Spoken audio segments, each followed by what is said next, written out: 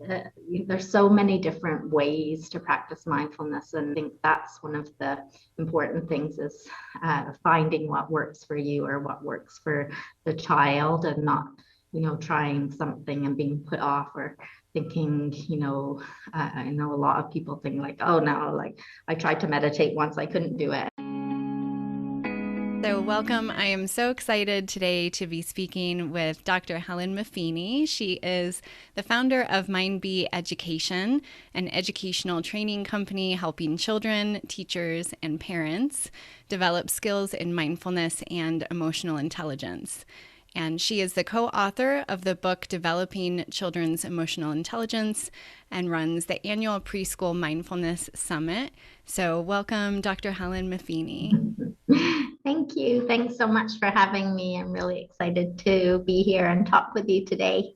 So I'd love if you can, or if you'd like to dive into maybe just speaking a bit more about how do you define mindfulness and emotional intelligence, and we'll kind of start there together. Sure. So for me, I think mindfulness is really just about being aware and being in the present moment. And when we think about, with young children, they're such sensory beings, and they love, to use all their senses. And I think that really comes into the practice of mindfulness when we think about working with young children and how they can notice all the things around them in a kind of sensory way. And then with emotional intelligence, I think I like the definition of, it's about your best relationship with yourself and with others. And I think mindfulness kind of ties into that directly, into the first kind of part of that, your relationship with yourself and that connection to yourself. Absolutely. And that seems like such an important skill, especially for children to start to build as they're moving into adulthood. But at any age, we can benefit from that practice.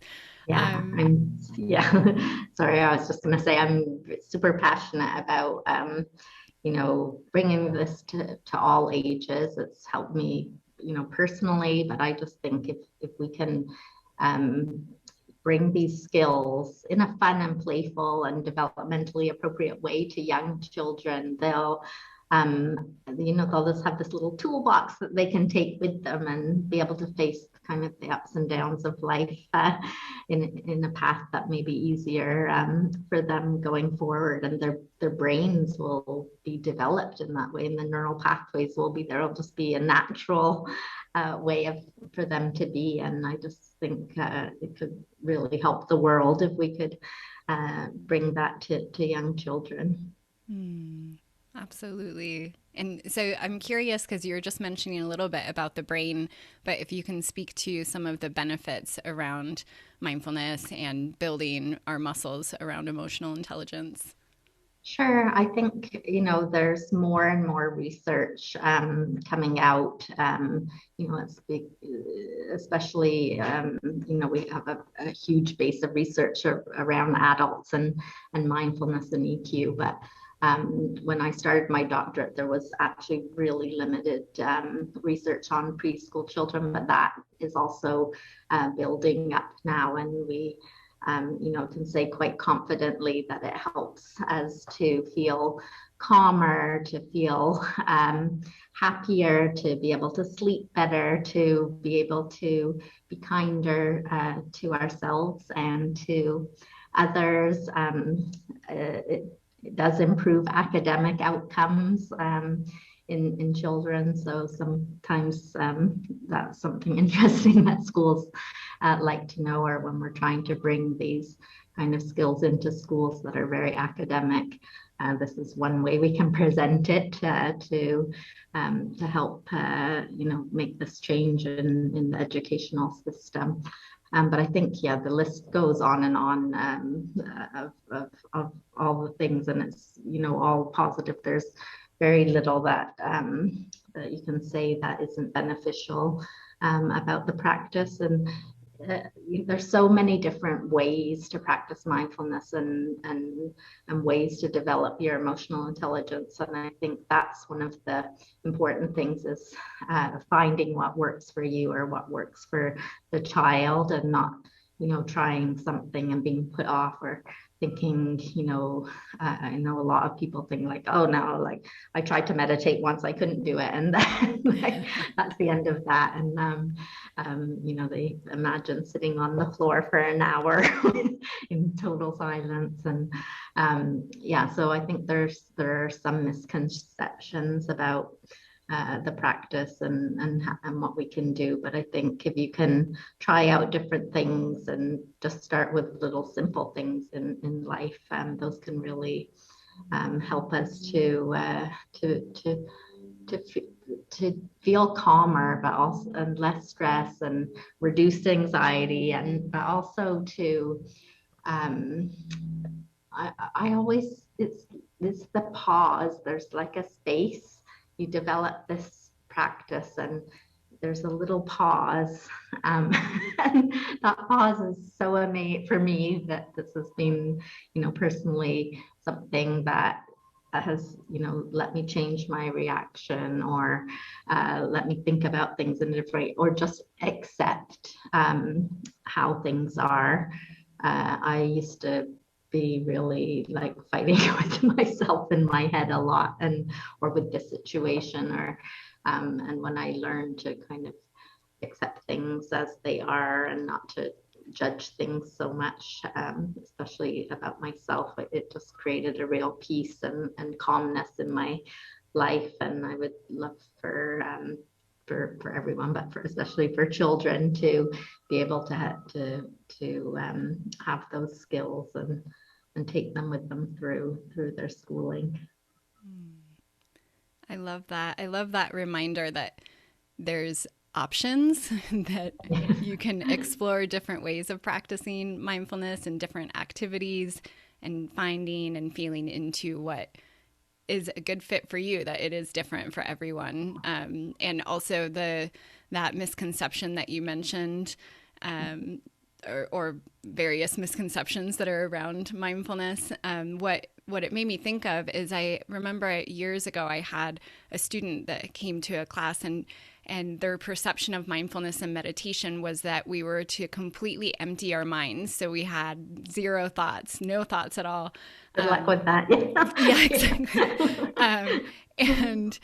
And we chatted a bit around, that's what our brain does, our mind does, is we always have thoughts, and you might have some space and spaciousness in there, but it's more so about having the non-judgmental awareness and allowing those thoughts to float through. And as you're mentioning, to not get really attached or even kind of knocked off center. So there's more of this calm, self-accepting place.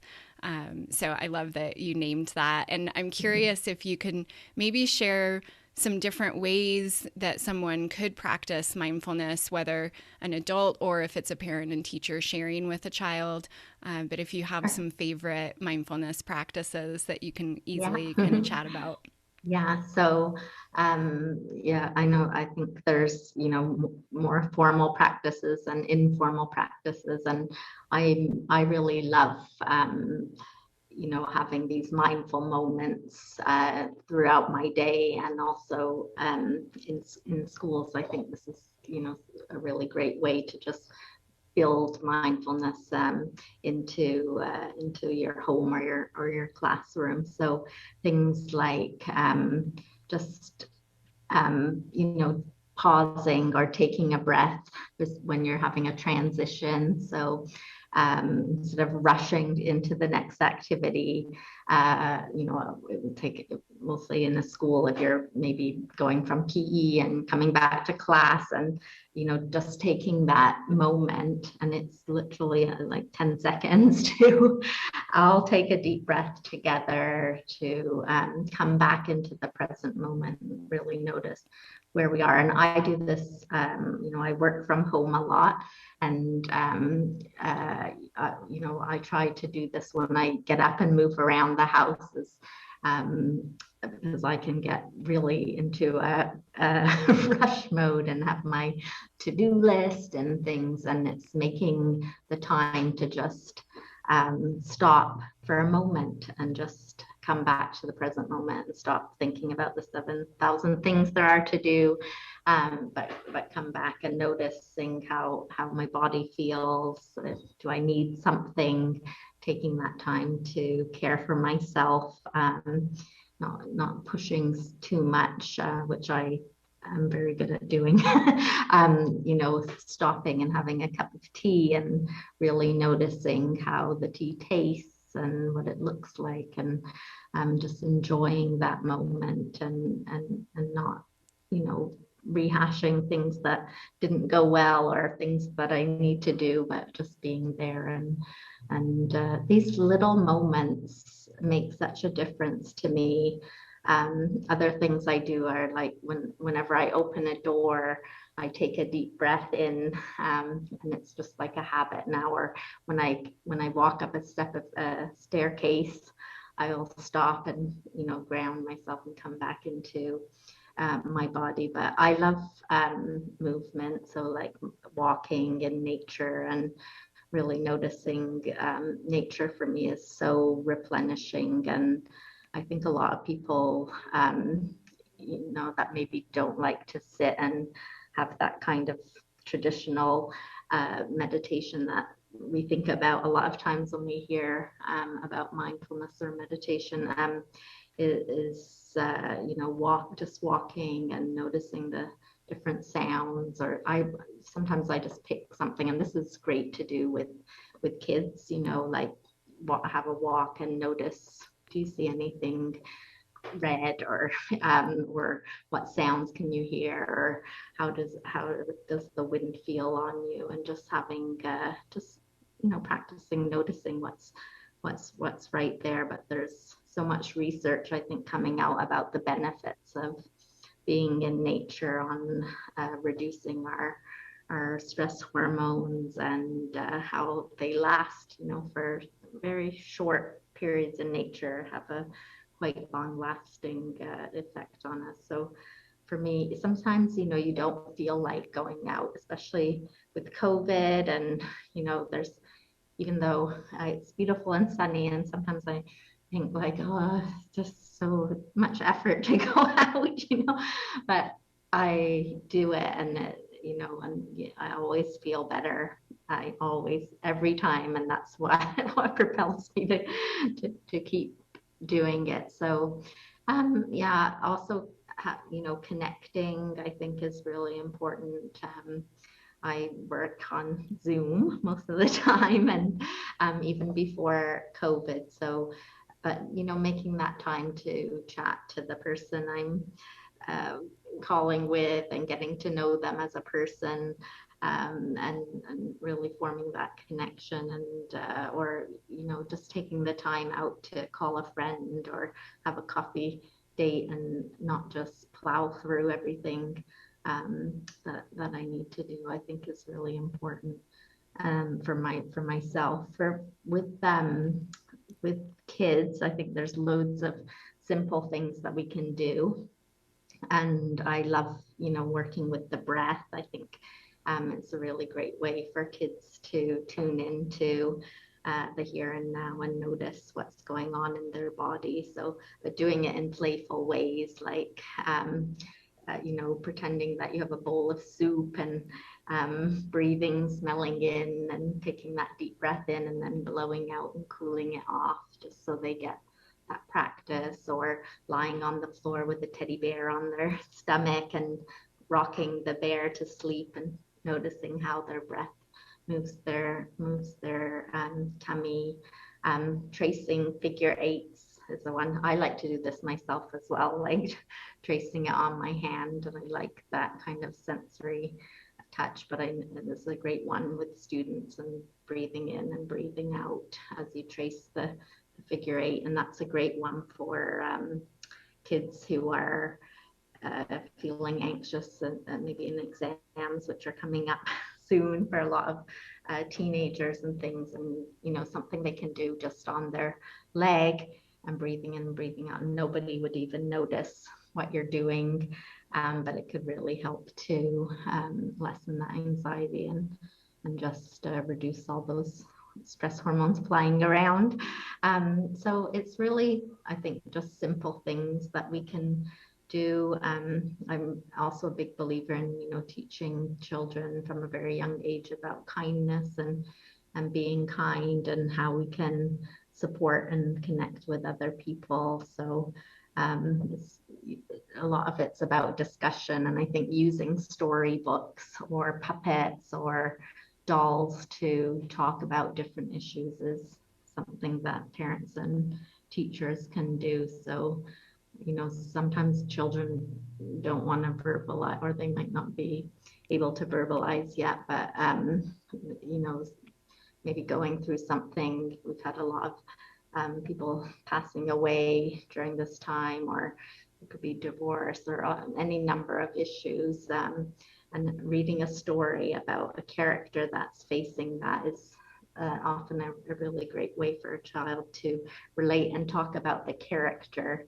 Or it might come out through their play or things, but really taking the time as a parent or teacher to notice that and to bring in conversation and ask, well, how might the character, like, what could he do to feel better, or what could he learn from this situation, or how would you feel if this happened to you, and things like that. So stories are always a great go-to, I think. And then I think, practices that we can do to help our kids settle at night can be really useful as well for children to get a good night's sleep, which then helps at school the next day. So maybe there's some great visualizations for kids on YouTube or on Amazon that are just lovely, and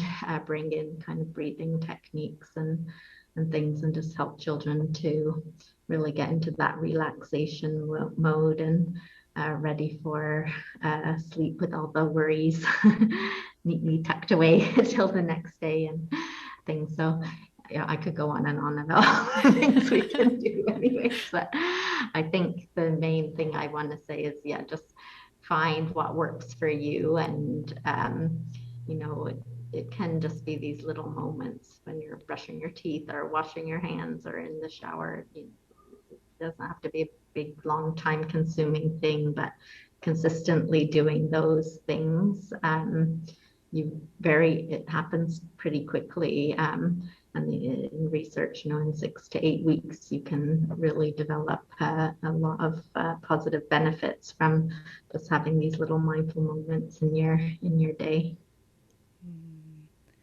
Thank you. Yeah, I love that you shared so many different ways that people may want to experiment with, and also that reminder that it can be these really simple mindful moments that we don't have to. I think oftentimes, at least I notice this with me and with my students as well, our brain likes to tell us that if we're going to do a goal or try something new, that it has to be this huge grand gesture, that we have to do this huge thing. And I think oftentimes that can stop me or stop my students from even beginning, or, you have kind of those fits and starts, like you'll start and then you'll fizzle out because it feels too overwhelming. It's too much. And I think especially given our last year and how much we all already have on our plates right now, I love that what you're reminding everyone or offering and giving permission for is that it can be 5 seconds, it can be 30 seconds, it can be, I love that tip around for teenagers especially, or even probably people when they're at work, if they're in a Zoom meeting and they're feeling stressed, that they can do that figure 8 and breath work, and no one else around them would even know that they're using and tapping into this tool that can help them to be more centered and present and calm. So yeah, I love so many great suggestions. I think that could be worthwhile to just listen to again and again, make notes for anyone new to the practices. I'm curious, so speaking of the last year and with so much being on people's plates, I know especially for parents, as an example, that many parents are being pulled in lots of directions and feeling, just exhausted. Even people that are working from home and having Zoom fatigue, and also just fatigue from everything in general. That I'm curious, sometimes I notice this with my students where there'll be a desire to begin, like to make art or to do a 5-minute mindful art practice. But they're so tired that, the thought of even beginning feels overwhelming, or we have different resistances that come up. So I'm curious if you have any practices for yourself or when you're teaching that even if we know that a mindful moment can help us and that it's really small, what if we're still resisting, and how can we have either more support in place for us or different reminders, or how can we begin in that case? I mean, that's a great question. And, I have to remind myself too, like I mentioned, I know I feel better and I feel more grounded and connected. And if I go for a walk, but sometimes my brain's just like, no, I don't want to, and so I like to encourage myself and people that I work with to just just make everything into the tiniest possible thing that you can do. So I sometimes say, okay, just put on your shoes and walk down the stairs. I live in an apartment, so go outside into the sun. Once I get there, I tend to walk, and I might say, just walk, to the end of the street and back again. And sometimes when you start, and starting is often the hardest thing to do, you continue on. But even if you don't, even if you just get to the bottom of the stairs and, celebrate and say, yay, I did it. Like I put my shoes on, I went outside, I've got 30 seconds of sunshine on my face, and now I'm going back upstairs again, and build on those kind of tiny moments. And another thing that really works, I think, is latching on to something else that you do that's like a ritual, like I mentioned when I opened the door. But so, maybe in the morning when you put the kettle on, maybe you practice some deep breathings, deep breaths while you wait for your kettle to boil, or after you brush your teeth before you go to sleep, maybe you do a 30-second loving kindness meditation, which is really simple, just while your eyes are closed in the bed. And using apps are great. I've gotten my new favorite one, Sync Tuition, which I'm using a lot, because I really just like the sounds in it. But there's so many options, visualization or meditation, and there's really short, simple ones that you can just tie that on. And a lot of people also say to me they want to do it, and then they forget, and then it's the end of the day and they're like, I forgot to do it like I was going to. So set an alarm on your phone, or and maybe just put 2 1-minute breaks on your phone, and just stop and breathe, or just stop and notice what's going on in your body, or have a cup of tea, but really pay attention to that time. I think it's about creating the kind of rituals and habits that our brain then starts to get used to doing that, and then it becomes natural, and then we start to notice the benefits. But another thing is, don't beat yourself up if you don't do it. Especially during this time when life is just so crazy and there's so much uncertainty. I think we need to sometimes, you mentioned parents, like lower your expectations a little bit. Like it doesn't matter if the house is spotlessly clean, or there's a beautiful dinner prepared. It's okay sometimes to order takeaway and leave the big pile of laundry for another day. Just give yourself a break and realize that this is a hard time, and just bring in the practices when you can. Try to make little changes and adjustments to feel in a happier place, and it's that struggle that I think is we all face, and the struggle is real, and everyone's experienced some kind of struggle in this year, and some people have had devastating times. So being kind to yourself, I think, and giving yourself a break and saying you're doing the best you can, and this too will pass. We were talking about before we started recording. One day we'll look back and we'll be happy about how resilient we've become. So I think, yeah, it's a good time to practice a little self-compassion and give yourself a break, and just be proud of yourself for getting through this year, because it has been very difficult.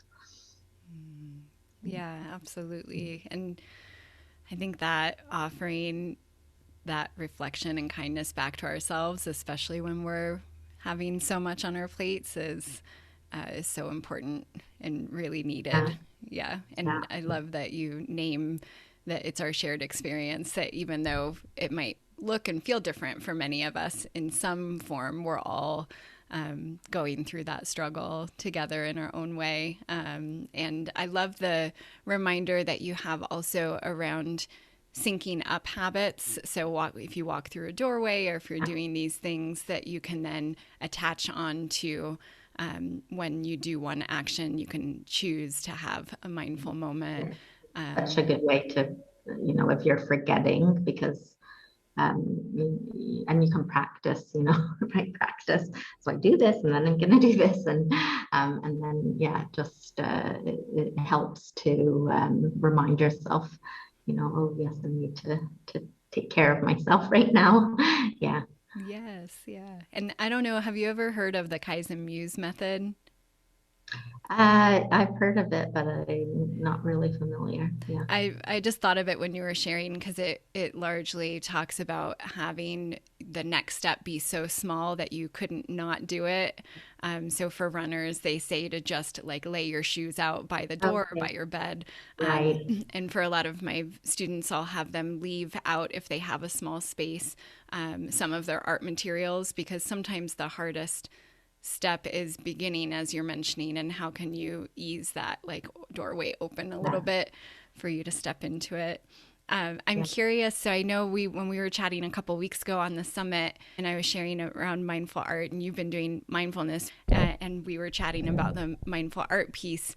I'm curious to hear about your ideas, your viewpoint of how you see mindful art coming in more and more, perhaps in the future with schools or for children. Love to just hear your thoughts about that. Yeah, As well. it was really interesting when I interviewed you, and you've got some great strategies, and I just think, it's such a great way to bring mindfulness to, especially to children, but to all ages. But art and doing creative things in school is something that we always encourage, and if you can bring in that mindful element, I think it's just going to enhance the experience. And so many things that we can do. I think, also bringing in music and art and mindfulness, I think, and exploring our feelings and how different colors make us feel, or what that brings up, as well as some of the strategies that you mentioned, with using your just letting your hands flow, and following what your intuition, I guess, brings out. I think there's a lot that we can do with children, and I think it's something that a lot of art teachers would be really interested in exploring further. And I think it's some schools, as I work with different places around the world, and some places are not resistant, but like a little bit, some places are are really open to bringing in these practices and things. And then other places, maybe there's other priorities. And I think that, bringing in these strategies through art could be a way that it might happen, whereas it might not be brought into the schools in another way. So I really love all the things that you're doing, when we had our interview, I was like, oh, I never thought of that. And it was really interesting, and hearing about the work that you're doing with adults as well, because I think those would be great practices for teachers to do, in a teacher group, just to do something different and have that kind of caring experience and that connection, not only with themselves, but with other teachers in a group. And then I'm sure that, sparks off different creative ideas to bring back into the classroom with their children. So I think it's an important area, and I'm sure it's going to grow and develop in the years to come. Thank you. Absolutely. Yeah, I'm excited to see how it continues to transform and how we can continue to share mindfulness and mindful art out in the world for adults and for children, because I know you also feel so strongly that this work and these practices are just so supportive and helpful in so many different ways. So I'm curious if you have any final thoughts or anything that you want to leave as kind of a takeaway for anyone listening today before we end our chat. Yeah, first of all, I just want to say, if you got through this year as a parent or a teacher, congratulations. You did a fantastic job. Take the time to care for yourself. And it's so easy to let our inner critics go, and things aren't perfect and things didn't turn out how we wanted them or we expected them to be. And I think if there's one message I would give to everyone, it's give yourself a break and give yourself the time, whether it's 30 seconds or 2 minutes, to take care of yourself. Give yourself a hug, or make yourself a cup of tea, or go for that walk, or do something that nourishes you and fills you up, when it's so easy to get drained during this type of year. That would be my advice to everyone. Absolutely. I love that. Such good reminders. And I'm so grateful again for our chat, and thanks so much for being here on the show today, Helen. I will list in the description box information about how you can find Helen and her work at MindBe Education. If you're interested, you can check that out with the links and description box below.